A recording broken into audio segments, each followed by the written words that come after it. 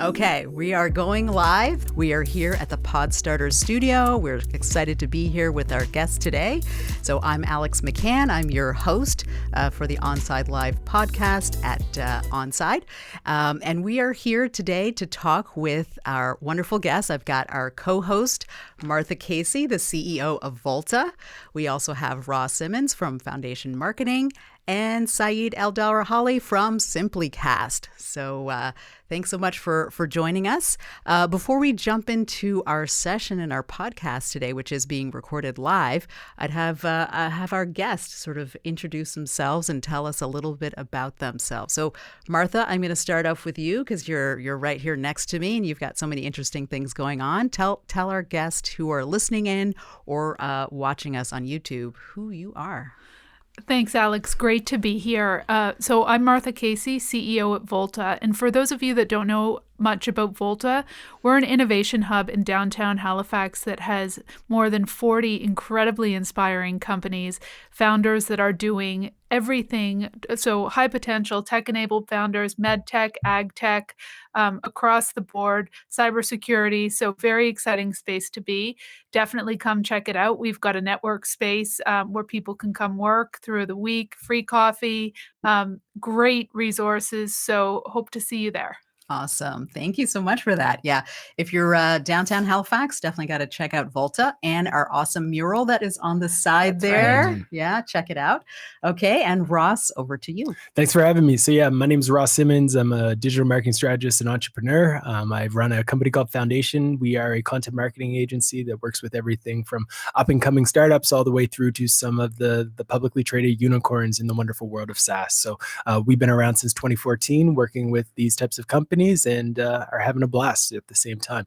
In addition, I'm a dad. I've got 2 little ones, one on the way, and I love that whole world. I'm trying to earn my dad mug every single day. And yeah, super excited to chat innovation and tech with you folks today. It's going to be fun. Awesome. Awesome. All right, Saeed, saving the best for last. Thank you very much, and wonderful to be here with some very popular people in Halifax. My name is Saeed El-Darahali, President and CEO of a company called SimplyCast. We're located in the beautiful Silicon, Dartmouth. The company's been around for over 10 years now, and call to fame is that we support organizations around the world in providing engagement automation in the area of marketing, engagement, emergency, and communication. You may have used some of our technology if you're in Halifax with the contact tracing that was deployed as a social good technology opportunity to help with COVID across all the restaurants in the province. And more recently, we just launched another capability to do vaccine attestation. Nice. And we're working on a couple of other things that will be coming out in the next little while. But those are some of the kind of key capabilities that we're trying to help with, especially to end this horrible pandemic. And similar to Ross, I have 5 kids. I'm a dad, but similar to Ross being a dad, that's playing catch up. And working on my dad mug, which I haven't received one yet, but I'm working on it. So lot to do. 4 boys and 1 girl, and being a family man is very important. And Nova Scotia is the best place to operate a business. So if you're listening from outside of the province, please consider moving to this great province, and we would love to see you here. Awesome. That's a great plug for our region. I appreciate that. It's the Miami of Canada. Exactly. Yes. The Miami of Canada. Yeah. That's the first time I've heard that. Yeah, it's the last time. Yeah. It's this whipping wind outside. And unfortunately, due to climate change, you might be right. We might be, head towards those warmer climates. Well, as you guys know, you guys have been our guest on our podcast before, and ONSIDE, we're focused on fostering inclusive, innovation-driven entrepreneurship here in our region, and we're really trying to build a community that's focused on that. And just as we were getting ready to come into the session today, we had some side chats, as we kind of always do before we get started, and we wanted to kind of kick things off with a few topics of interest, which we're hoping that our guests will be interested in. And just as we came in, we saw something that was in Entrevestor, which is a local publication that focuses on entrepreneurship here in our region. And it was talking a little bit about what's going on with regard to financing and funding, which being a startup and early stage companies, everyone's always concerned about what's the financing and funding environment, and we had some discussions around, what's going on there. Martha, you had some thoughts about your reaction to the information. What do you think? And so, you can't argue with data. And the information showed that last year funding looked really good. This year it still looks very, very strong, but maybe not as strong as last year.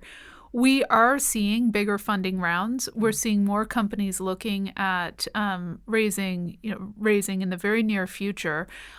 It's also very difficult to know. Some companies are quite private about funding.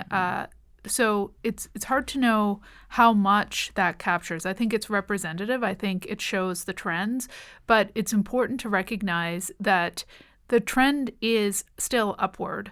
The trend, year over year, things may flatten out a bit, but we're seeing companies have more access to conversations with VCs. We have companies that are looking, as I said, looking for bigger rounds, so it may not happen as quickly. It takes a little bit longer. But I have not seen the kind of momentum that is in Atlantic Canada, particularly Nova Scotia, when it comes to access to funding, it's very exciting. And I think it's energizing because the opportunities are there are all kinds of opportunities, and I think it's going to change the landscape, the economic landscape in the next couple of years. Yeah. And how about you, Saeed? Your company's tech enabled, and you have a platform company. We had a chance to talk about that. Are you or Ross seeing things a little differently over this last year and the last period with COVID? Has your company been impacted, or what are you seeing for other companies that are in this space? Yeah, no. So for us, we've actually seen an increase in revenue a lot higher than the past 2 years because of all the work that we're doing around the world, closing a lot of different deals. So I think the pandemic has kind of sped up some of the capabilities, especially in engagement automation in the area of emergency communication and engagement. Marketing is also kind of growing across the board now. There's less kind of physical type of marketing, more online marketing. So I think the software world is going to continue to eat the world, I guess, as we continue forward. But to kind of build on what Martha has mentioned about financing, being an ex-venture capitalist myself, I kind of, keep track of what's happening across the region and across Canada. There's still a lot of dry powder that exists. There's a lot more entry, both from the private equity, some hedge funds, angel groups, and so on. So even though the size of the rounds, if you take out the outliers, which is the kind of the biggest rounds that came in, overall Nova Scotia continues to do well. We do have strong, funding rounds that are happening. As Martha also mentioned, a lot of those organizations might not be, reporting some of the rounds, and we'll see, a bit of a skew of numbers as we continue to, push forward. But if you take a 10-year average, Nova Scotia and the Atlantic region is doing really, really well, and we should not really be focused on the blips of 1 year to 2 year data. We should be really looking at a 5-year, 10-year, 15-year trend, and we're definitely hitting above our weight compared to other regions. But what we really need to continue is push forward with more founders coming in. My biggest worry, just give to the folks that are listening in and watching us on the podcast here, is that there is a trend that later stage companies are going to get the majority of the money, and there's going to be a squeeze for some of the new startups coming in. The only thing that I would give advice to is don't give up, keep pushing forward. There's always somebody that's willing to write you a check. You just need to find them, and I think as money continues to push forward and the economy continues to get better, just reports on jobs, I think we did really well. We've already made over 200,000 jobs compared to pre-pandemic, and this is across Canada. So at least Canada is doing well compared to other jurisdictions, and the money will continue to flow. So even though the numbers look down a little bit, but overall on the 10-year average, we're doing really well. Yeah, I would say one of the things that we've noticed, and we work with a lot of companies who are venture backed and maybe the full gamut, all the way from late stage publicly traded all the way through to some of those early stage YC companies that are just fresh out. And my advice to the entrepreneurs watching would be like, don't feel like you are restricted to your location to raise funding. I think the pandemic, one of the things that it opened up for a lot of organizations is the opportunity to get capital from outside of the region. And I think that's something to recognize, especially as an early stage company or a one-person founder or a two-person team. When you're getting the funding, don't be afraid to check out sites like AngelList. Don't be afraid to think a little bit differently around how you get your funding. Like there's a lot of unique, interesting things happening today where you are able to, in many ways, crowdsource your funding and have it all as one line item on your cap table. So I would be very much willing to get creative with it and don't feel like the past has to dictate your future, and be okay with going away from some of the traditional norms, because I don't think when you're early stage, you need to rely solely on the large VCs to kind of solidify whether or not you have a good idea. Like I've done angel investing, and I think there's a lot more people who are doing angel investing, writing checks. And for a lot of companies, all you need is that first check. And with that first check, you can get product market fit. Once you have product market fit, you can show traction. And once you show traction, then you start to look at, okay, what is my valuation? How do I go from here? So embrace the idea of also realizing like it's not a local game. You can go above and beyond outside of the region as well as outside of the country, and be okay with that. You no longer always need to jump on a plane. You can send somebody an email, you can send somebody a DM on Twitter, you can send somebody a note on LinkedIn, and you can unlock some of that capital. I would say on a global scale, capital is easier than ever before, and it's very founder friendly. Like the valuations that I'm seeing are ridiculous. They're nowhere near what they used to be. And I think it's a very friendly, founder friendly environment right now because capital is everywhere. Yeah, it's interesting you say that. We've been one of the things we've been doing this week at ONSIDE is we've been running a angel investment training session the whole week with a group called Future Capital, and we worked with Innovacore and Sandpiper Ventures, which is a women-led investment fund that's in our region. And that was actually one of the things that came up. We talked a little bit about impacts from COVID, and because some people back last in 2020. March hit, and if you didn't have a round going, you were like, toast. But you raise a really good point, Ross, because what came up in our session and what a lot of people are talking about is that physical barrier, the need to pitch in person. Right. People are cutting checks with doing virtual. I mean, there's different considerations and maybe a slightly different due diligence, but that barrier of only being able to access that angel network or that angel group or VCs that are in your backyard to an extent, some of that is kind of being removed. I'd say a lot of it is. I think it's a major shift right now. And there's a huge, echoing what all of you have said, there's a huge increase in the number of people, number of angels in Canada who are very, very keen to invest. The profile that high growth startups have gotten in the last 5 to 10 years has shifted people's idea of what investment looks like. Yep. So, I think there's a big opportunity there. 100%. Yeah. Well, one thing we were talking a little bit about, financing, funding, and people are getting kind of open to the idea of pitching remotely. It's really interesting, kind of the world we're moving into, Right. which is that we have a lot of, people who are transitioning, in their lives around, how people are working, how they're showing up, how we're getting involved with operating our businesses, the day-to-day culture of our companies and businesses, and all of those things are starting to change, and the kinds of people that we need to sort of bring in or bring on. And I know ONSIDE, we have a small team, but I'm a Slack-a-maniac, and some of those kinds of things. I'm just kind of curious, like, how have things changed, or what have you sort of observed in the way that the culture, around us is changing or shifting here in Halifax and sort of in our businesses? Sure, I'll jump in.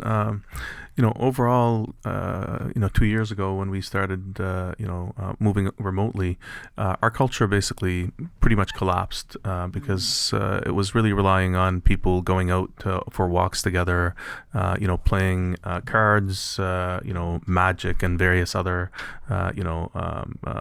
in the office type, events, and it was very difficult. We felt lonely, as we're working towards kind of recreating the culture. We haven't been able really to come back to the way that we used to be. You can't really fight the Nerf gun wars behind screens. So the only thing that has probably kind of kept the company together and supported the team is that we've always had a Thursday meeting for an hour where we talk about the business. We talk about everything that happened in the week before. And that kind of gave us a little bit of an anchor, if you wish, because we didn't really change the way we operated. We continue to have the all hands meeting. Doesn't matter how big we got or we're getting. We will continue to have that. The other thing that I continue to do as the commander in chief within the organization is in my before COVID, I used to walk around and just say hello to everyone. Never ask about what they're working on, but more about them, the individual. I've done that now, on average, anywhere between twice to 3 times a week, where I just message them and do the same thing. And I think that has kept that little bit of the CEO, the management cares, which is really, really important because, that is the environment that we've lived in, and that's the culture that we have. We've tried to do, events and things like that, but it's not the same. We haven't really figured out a way to make remote work fun the way that we've had. And I'd love to hear what other companies... Sitting home wearing your PJs, that's not fun? That's not fun? No. I mean, for some, they're very happy. We've already had employees that have already sold their homes in the city and moved outside of the they're telling us that they're committed to the company, which is wonderful. But the world has changed, and it's just difficult to have the same amount of fun that we used to have at the office. Just because you can't really replace physical and seeing somebody face to face. So I think we're going to keep working on it. But even 2 years in, I haven't really figured out a way to make work fun remotely yet. The same way that we used to have it at work. And I'm just being honest, because we worked really hard to create the culture over the 10 years. And the last 2 years, just, we're still committed. We haven't had any, a lot of people leave the organization, which is good because they still remember the good old times, and they're hoping to come back to it. Yeah, we've been remote pre-pandemic since the beginning. So Foundation was created on this idea of remote work since 2014, the beginning of our company. So the pandemic didn't really influence the culture too much. We were really intentional about creating a remote first environment and culture from the start. So we were able to kind of smoothly transition through the pandemic and not really have a massive impact on culture. But I would say with all of this, we've been growing significantly. So it's a very different game when you're a team of 3 and now a team of 35 to kind of grow through all of this and be a remote team and maintain the culture and the environment and just do that. We've got a team that's spread out all over the globe. We've got folks in Ireland and Nigeria and Vancouver and Toronto, throughout the US. Like, it's a very spread out company. And you have to be very intentional with every interaction. So like, we are very intentional with our communication. We're very intentional with the way in which we communicate as a team. Every Friday we connect, we have social gatherings. So today our team was together and doing some type of game called Ask Away, and we do like a trivia and things like that. So we have a handful of games that are built into Zoom that we've actually started to use. We tried to do some of our board game fans will be able to appreciate this, but One Night Werewolf, which is an amazing in-person board game, we tried to do it on Zoom. Not exactly that successful, but you just got to tinker with it. And that would be my reco to everyone is like, experiment, figure out what works for your folks, for your team, and also just like embrace the idea of giving people autonomy more than anything over their calendar and their day-to-day. But it's definitely been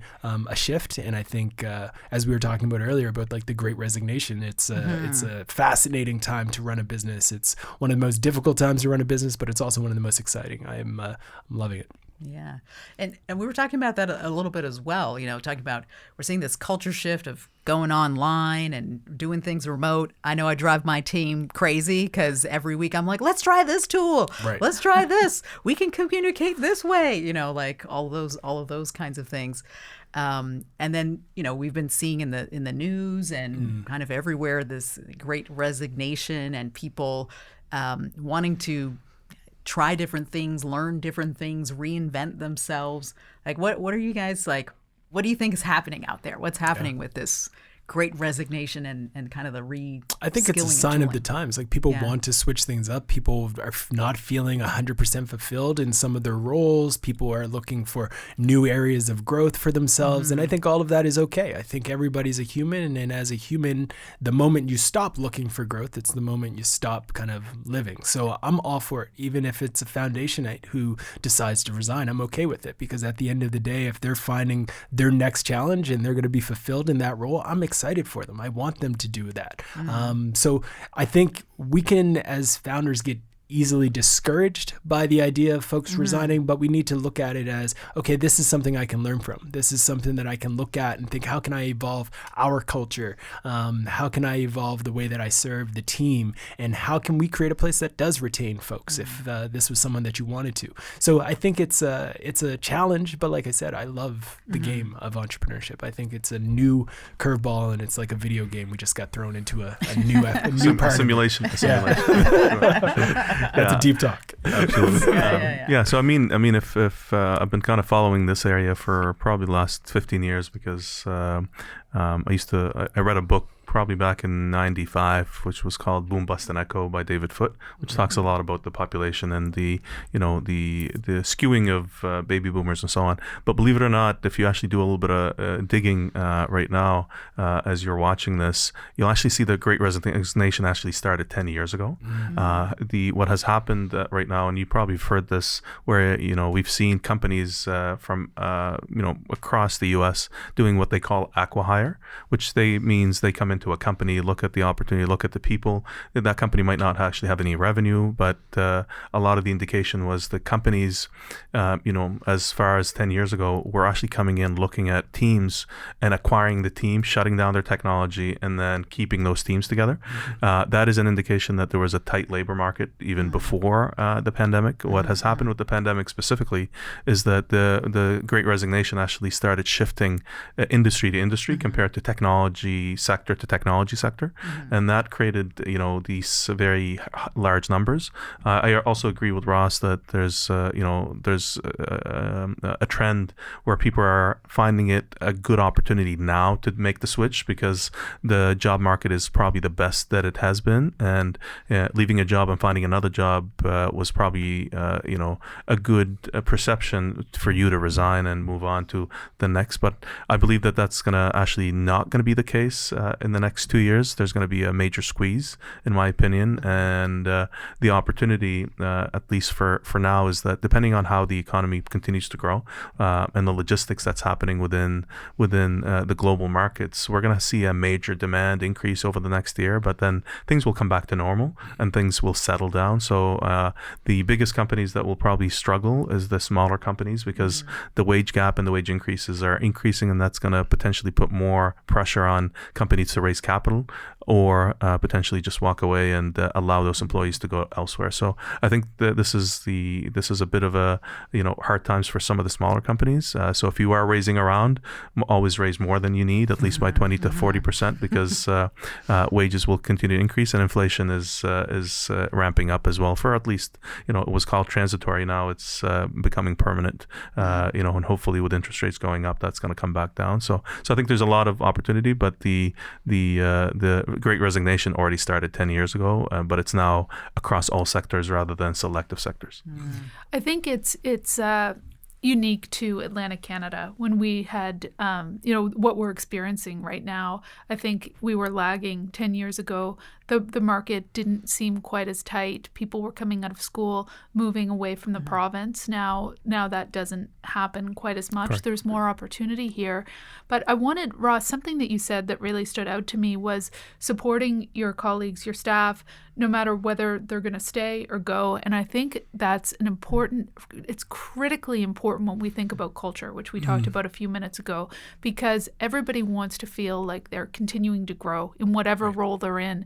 And ideally, we can build capacity in teams. But the reality is this isn't 35 or 40 years ago where people sign up, stick with a job, and then retire out of the same job. So the more skills you can build, I think the more likely it is that you'll retain solid employees longer, but that's never going to be forever. But it makes your organization a more attractive place to work, and you'll attract replacements who have those solid skills. So just jumping around a little bit, something that you'd both spoken about in this context was international. So you mentioned, Ross, that you've got colleagues all over the world. When we think about the labor market and the Great Resignation, it may come back to normal in a year, but that's what I imagine will be likely due to accessing labor markets that we hadn't traditionally thought of. Right. So particularly in regions like Atlantic Canada, we have to focus on opportunities to bring immigrants, highly skilled immigrants, and use those skills appropriately. I don't know that we have historically done that. I think we've tried to attract immigrants, and there's been a mismatch of skills. So this is a huge opportunity for us in the region. It will have, I think, our success, and this is a bit of a lobbying, we have to collectively lobby on this. I think our future success really depends on getting this right. And we can distinguish ourselves as a province if we can actually move forward. I think one of the biggest, I'm not in the politics game at all. I don't get it. I'm not in the space, but I think one of the best things that politicians can do is try to create an environment that is attractive for immigrant founders. When you look at some of the most successful and valuable companies today, the person at the helm is not exactly from the local region in which they're operating the company. Whether you look at Twitters, you look at the Googles, you look at a lot of these organizations. The SimplyCast. Exactly. These organizations are oftentimes run by immigrants. So we need to be immigrant founder friendly because it's a massive value add to the local economy and community. And I think it's something that we should be embracing and encouraging. And if you are already here and you're a founder and you are looking for talent, I think it's also an opportunity to look outside of your own borders to say, like, the borders that we used to feel restricted by are truly now an imaginary thing. Yes, there are some things that you need to work through, but for the most part, like, you can employ, you can engage, and you can recruit people from all over the world. So I would strongly encourage folks locally to start realizing, like, this whole concept of being only able to access local talent has somewhat vanished. It has, and if people aren't willing to take that risk and take on that challenge, they will be left behind. 100%. So, not to plug Volta, but we are going to be rolling out a program to support founders in accessing talent internationally and taking on some of that administrative burden. So stay tuned for that. Okay, that's great. That's great. Saeed is a perfect example of the immigrant founder who's found success in our region. And one of the things that we've been, really focused on is looking at, the role of inclusion related to innovation and entrepreneurship. Like it's something that's so important, whether it's bringing in immigrants who can be founders, or those skilled workers working in some of our startups. We don't have all the skills. We don't have all the people and all the skills, and we need great people to join us. But there have been other folks who have been left out or not been able to adequately participate in kind of our startup environment, our startup culture, our business culture that we have here. And, in the last year or two, a focus on equity, diversity, inclusion across many spectrums from health to business have really sort of come to the forefront. And I do think that it's something important, and it's been talked about more and more.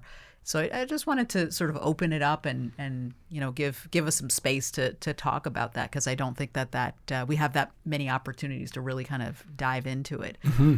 So what are you guys thinking about this space? What's top of mind for you when you're thinking about inclusion and innovation and entrepreneurship?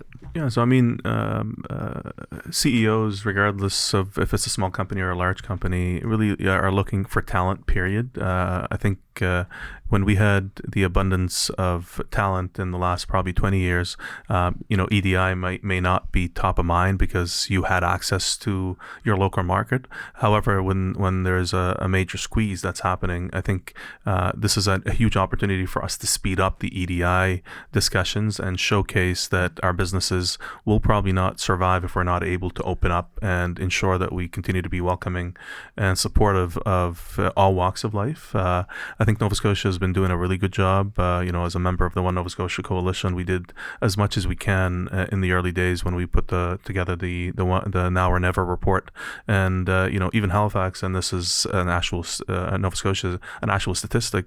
It showed that we were hospitable and supportive, but not very welcoming of immigrants.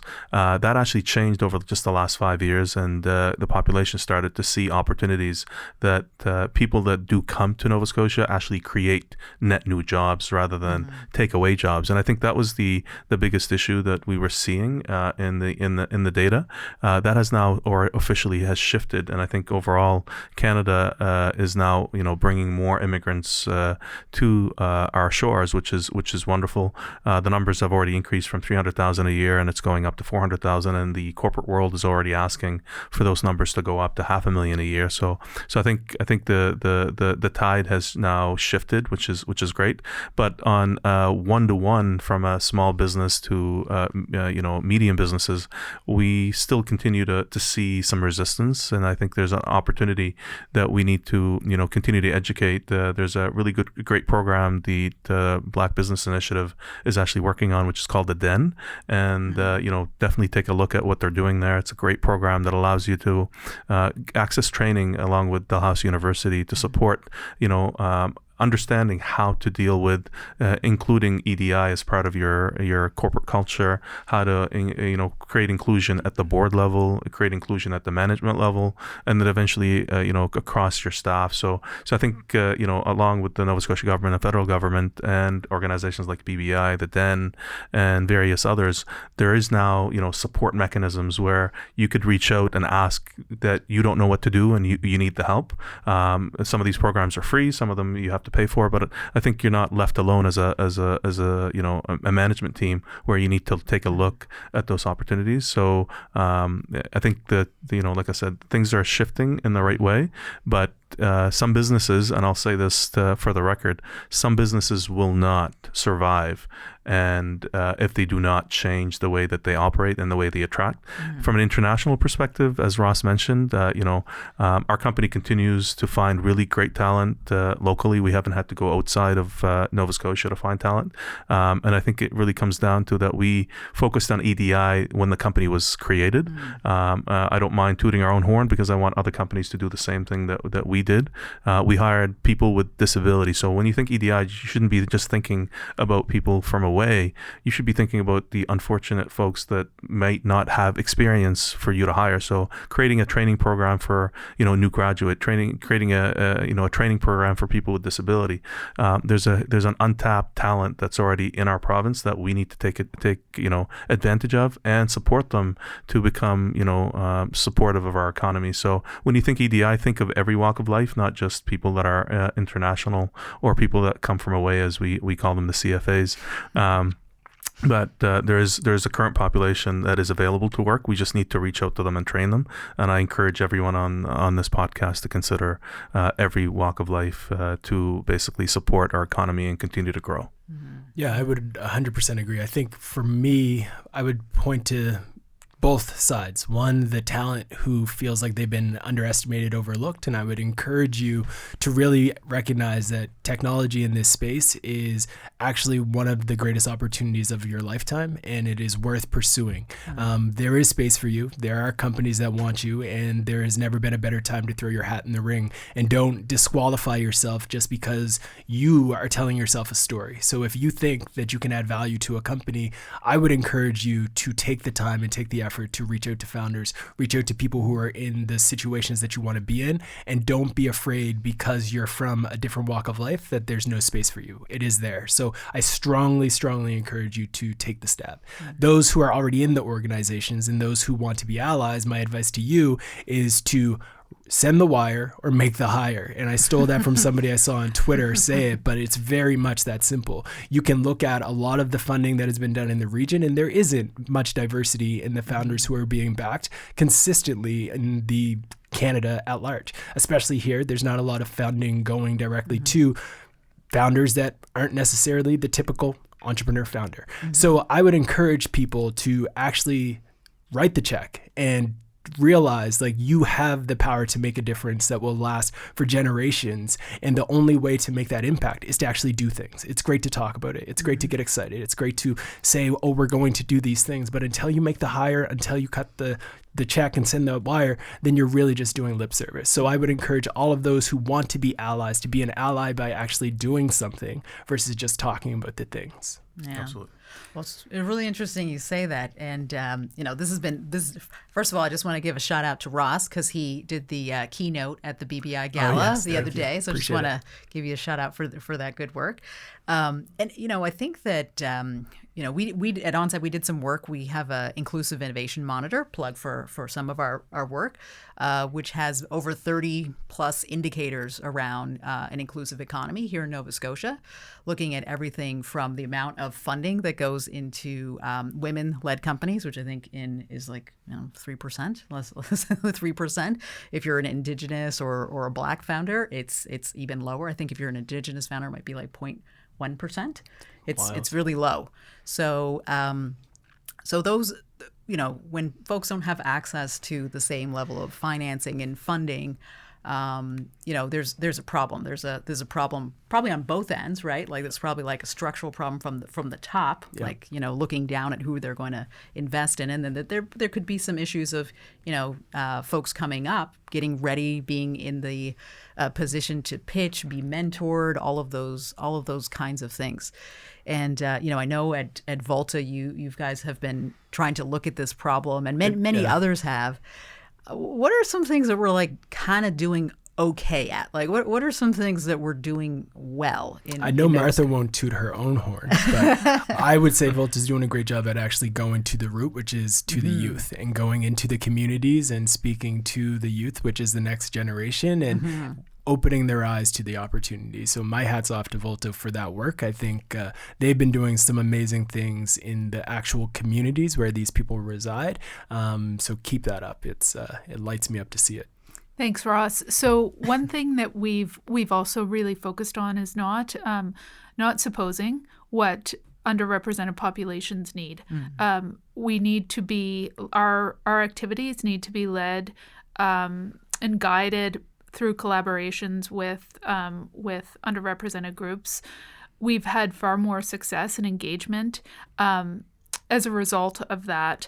And overall, I think it's just and apologies for the sigh. I just think organizations like Volta and we're certainly not alone are part of the reason there is this gap. So tech has not historically been a welcoming place for underrepresented communities. And we have to be very, very deliberate and take, as Ross said, what is it? Right? Send the wire, make the hire. Send the wire. Tiffany Bell said that, just in case she's watching. Send the wire, make the hire. So we have to actually take action. And we've tried to do that, but it can't be in a vacuum. We can't guess. I think there's a real problem of sort of the same people who haven't engaged in the past are trying to guess at what the solution is, and that's just it's going to exacerbate what's already a gap. But We're very excited. We've seen a real shift in the kinds of engagements we're getting at Volta, and that's true of our partner organizations as well. Yeah. What's something that we could do better? So I think Martha's right. Like, we have an idea, especially what a tech founder looks like, how they act, how they dress, like the Silicon Valley kind of motif. But we know that there's immigrant founders, women, all kinds of folks.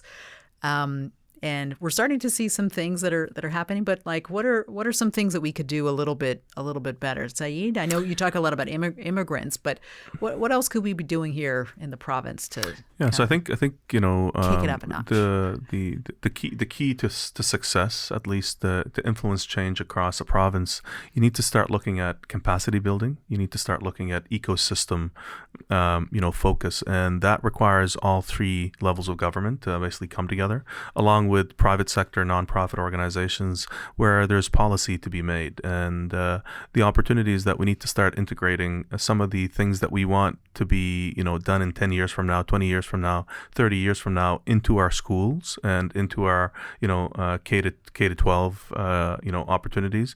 Also, the community college is doing a great job in Nova Scotia. I think we're second to none in the work that's happening within our province. The key at the end of the day, and why I think we're lacking opportunities, and I think we're not really focused on this, and I will mention this because I think a lot of people will say, oh yes, that is something that we need to figure out, and believe it or not, it's the parents. Parents have been very much focused on, I want my son to be a doctor, I want my daughter to be an engineer, and I want my daughter to become a brain surgeon. And now the shift has now gone in the opposite direction, where kids want to be YouTubers, they want to be gamers. I think being a doctor is probably number 7 on their list based on a stat that I've seen. So I think there's an opportunity that we are focusing on probably the wrong demographic now, because we're trying to get our kids to think about it. But YouTube, along with TikTok, has now influenced their minds that this is where you could become famous, right? So seeing an exit for $1 billion is not going to change somebody's mind anymore, because they think they can make it. So I think there's an opportunity where we need to start focusing on the parents, re-educating them that there's opportunities in these specific skill sets, and by allowing their kids to consider some of those skill sets, I think that would serve the country in the long term. I think the federal government has already done the whole concept with clustering, where we can start focusing on the 5 areas, where Nova Scotia focusing on ocean tech. I think that's a key to long term, but we also need to start thinking about what we can do from the short term perspective, where somebody that's going to graduate in 3 years from now from grade 10, 11, 12, where we could guide them in areas that are going to focus on the shortages that we think of. One of the biggest problems that we also have is that we look at Statistics Canada and the surveys that are happening, but those surveys are usually 2 to 3 years old by the time they're complete, and the markets are changing every 5 years. And by the time you make a decision and influence the education system, it's already too late. Yeah. So I think there's an opportunity for private sector organizations like Volta, like Nova Scotia Works, like Teamworks, and other organizations where we can start looking at, retooling those individuals in a year's time and then bring them into the organization. And that level of commitment has to happen at the government level, because it requires, investment in our people to allow them to shift into these new opportunities. And I think that is probably something that we've talked about for probably the last 30 years, but we haven't been able to find a way to make it work really well. So there's an opportunity there. So to kind of wrap up, 2 things: focus on the parents and showcase, and number 2, look at opportunities that are already happening with the Great Resignation, and how we can retool those individuals that might be coming out of the hospitality industry, but might be needed in the construction industry. And some of those people that are leaving the construction industry could potentially, work in the tech industry. So I think the retooling is probably something that we need to invest heavily in as a government, because it will probably give us the opportunity of the creation of the capacity building. And then immigration, it will continue, but getting access to 1 million people for a whole country, which means that we're only going to get 7% of those individuals, and from a per capita perspective. And if the shortage is 200,000 people because Nova Scotia has the highest aging population, representing probably close to 30% of our population. And by 2026, we're probably going to lose another 50,000 potential working and able bodies. And with immigration, even at 10,000, that might not be able to cover the overall numbers. I love it. I think the point about the schooling system is very important. I think it does come down to a lot of it, like the parents in the way in which we're being exposed to things. Like it's interesting and fascinating to think like a lot of the studies that we read, they're 5 years behind, and things are changing really quickly. Like I think we are living in one of the most interesting times when you look at Web3 and you look at cryptocurrencies, you look at NFTs and you look at the rise of some of these concepts. They're not things that someone who is not really in the weeds is going to be knowledgeable about. They're not going to know that. There's profs who aren't going to be able to teach about cryptocurrencies. They're not going to know about Ethereum. They're not going to know about Solana. They're not going to know about the Bored Apes. They're not going to know about any of these things. So it's important that we not just focus on actually what we have done in the past, but it's also important that we instill a bit of curiosity into all of the communities so people are just going out and experimenting. So parents don't restrict your children to say, oh, you have to be an engineer. Open their eyes up to this idea of just being curious, and open their eyes up to tinkering, and open their eyes up to the opportunities that we're not even aware of right now, because there are so many places online today where they can learn things. I think it's great that people are spending time on YouTube learning from people all over the globe and getting access to new information, because if I was 16, I would be on the internet just consuming all of the information, trying to build relationships with people globally, trying to figure out like what is the next big thing, what is the next artificial intelligence, and how can I play a role in that.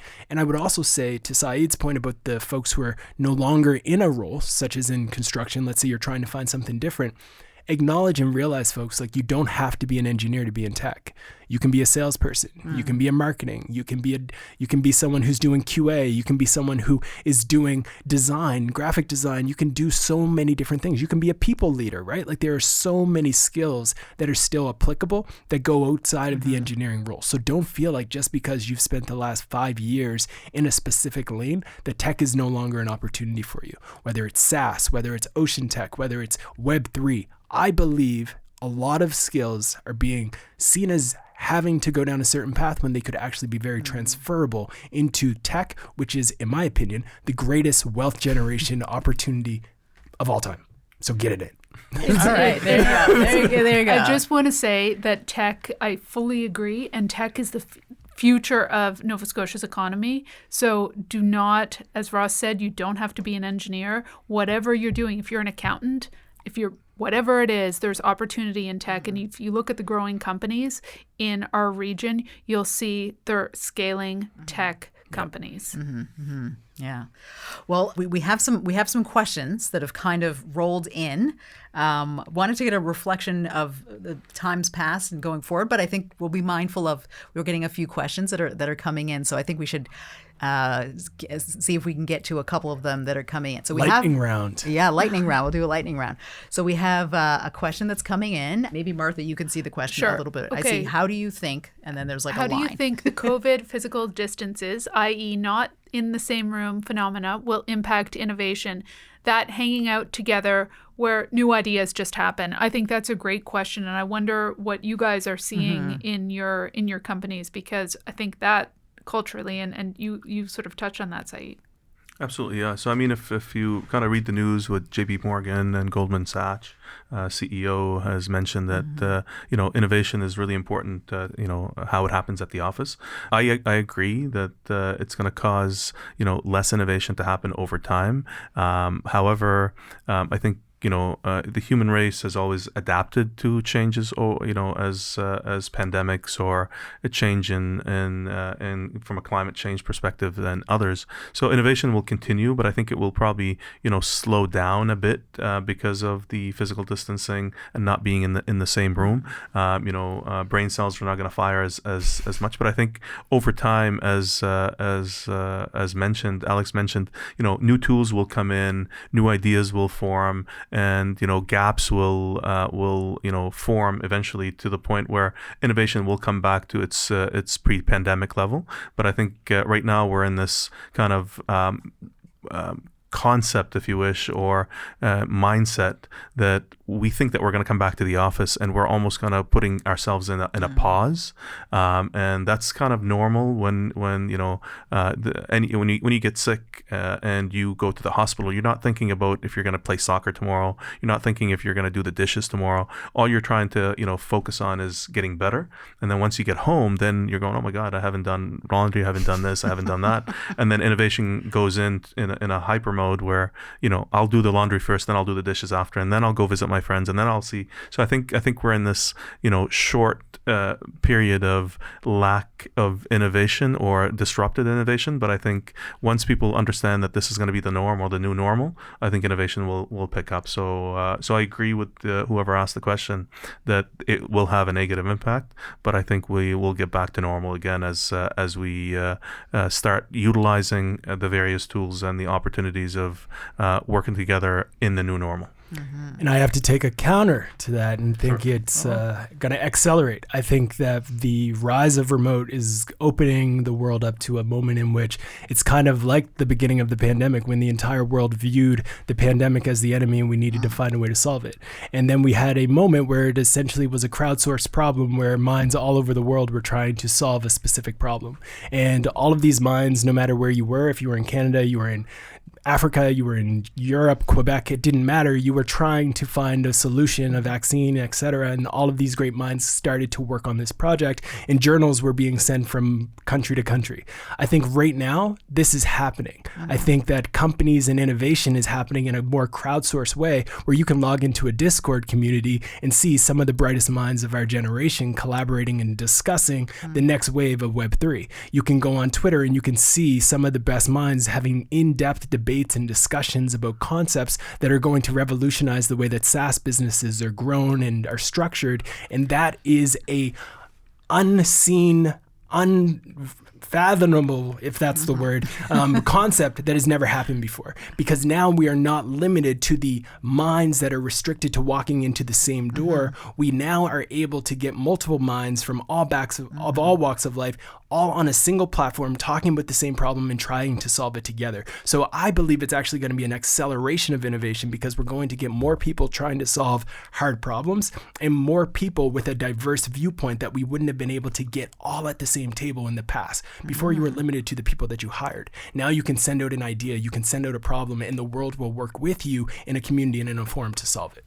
Oh, okay. All right. I feel like we might have to come back in the future, another year from now, and check in on where we are with that one. That's a good one. I have some ideas to continue on that discussion, but we could be here all day. We'll save that for another. We'll save it for another Yeah. one. Okay. I think we have another question that's coming in, which I feel like this is a really big question, but we'll do our best. Martha, Ross, and Saeed. I think it's what are some of the most pressing challenges, needs, spaces in the region that require more entrepreneurs?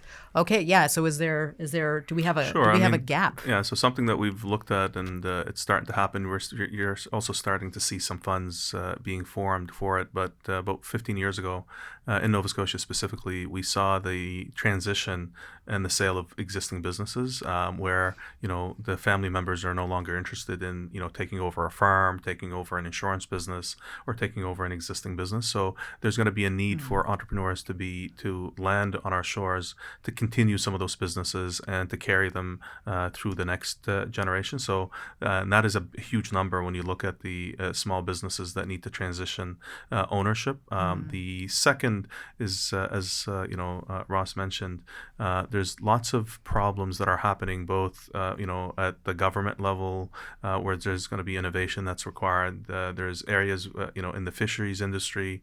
There's areas of manufacturing. So there's a lot of opportunities that I've seen across multi-sectors that requires more entrepreneurs to come in, and that's why I think entrepreneurship is probably one of the best places to create wealth, if that's the area that you're looking to enter into. But you need to find that major challenge, and just on the last point that we were talking about, we're seeing a lot of innovation that's going to accelerate on the tech side. Yep. But we can't forget that there's so many different sectors, 100%. right? Right, and that's where I think there's the opportunity that tech will continue to innovate very quickly, but there's a lot of lagging areas of the industry that we're not really watching because we're kind of very focused on one area as tech entrepreneurs. But there's opportunities and challenges that we need more individuals to come in and help us with our health care crisis that we're going to be in. We need more doctors, for example, because that's something that with the aging population, along with the aging profession of doctors, that we're going to see a major problem. Long-term care and home care, that's another major issue that's coming up that we need more people in. So if you focus on tech, things are going to look great for the next 20 years, but all these other traditional industries are lacking and require entrepreneurs to come in and support. Even school buses, drivers, we're lacking drivers. Somebody calls in sick, we don't have a second driver to come in to support our kids going to school. So there's so many disruptions that are happening all at the same time that we truly need to look at an ecosystem approach of getting entrepreneurs to come in and support these industries to continue, because our quality of life in Canada, the only reason that we have it is because we have a capitalism that's driving innovation and businesses that are starting up and people that are looking to create wealth. Yeah, and I think the entrepreneurs, if you take a tech lens to a lot of these problems, there's a massive opportunity there. Right. If you look at buses, if you look at housing, I think housing regionally is something that is talked about often. I have mad respect for all of those in the public sector, but I think private has a greater opportunity to be involved there and to make a massive impact on the community in the positive ways that they're aspiring for. And I would encourage entrepreneurs to be at the front of that, trying to come up with innovative solutions for better priced housing. I think that's the opportunity that exists. I think when we think about infrastructure across the province, if we want to really lean heavily into this remote world and make it easy for someone in Annapolis Valley or Cape Breton to be able to take part in the tech economy and what is thriving and the next biggest wave of growth and wealth, let's give them good internet. Let's give them the ability to log in and to be a part of Web3 and all of these fascinating things that we talk about, while also recognizing that, yes, as Saeed mentioned, like there's traditional industries that also need these people, and these people who might just not be able to be involved in tech today because of poor internet, poor access, etc. If they can take care of some of those fundamental things and they apply innovative thinking to that, it would be cool to fast forward 5 years and see my kids going on a bus with no driver because the driver is an AI. I'm okay with that, I think, but I'll dive into it. Or maybe we're all living the metaverse. Right, exactly. Right. The teaching could happen at home. That's another opportunity. Right. We could geek out on this for hours, but like homeschooling is a thing. It's going to happen. It's starting to evolve. And I know some people are going to be like, well, Ross, you're getting wild here. I know.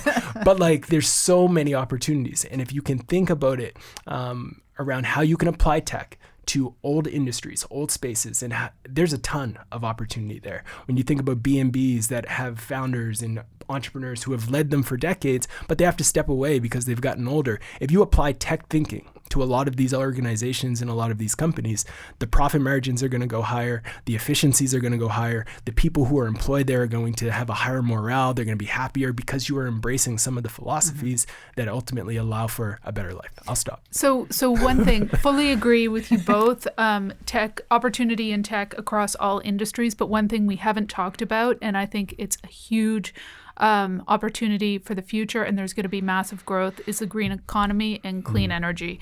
And that's something both provincially and federally is an enormous focus. We've got the community colleges and post-secondaries training students in this area. So I think if you were to focus on one area, you shouldn't, because there's opportunity everywhere. But it's I think that's where we may see some of the biggest growth. Yes, and nuclear is coming back.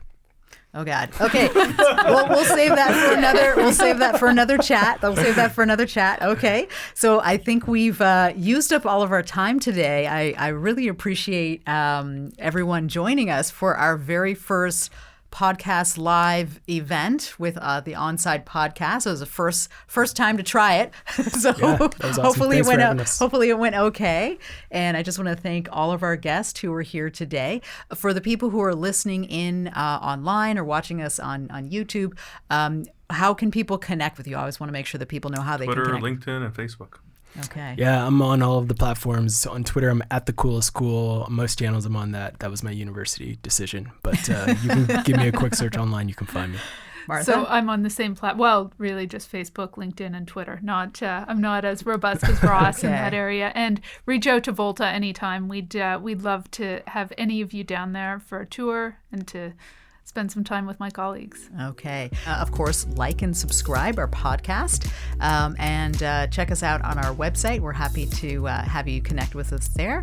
And just want to thank everybody for a great time this afternoon, and happy holidays. And we'll be seeing you guys on our next podcast. Thanks so much for joining. Appreciate Thanks, it. Alex. Take care. Podstarter.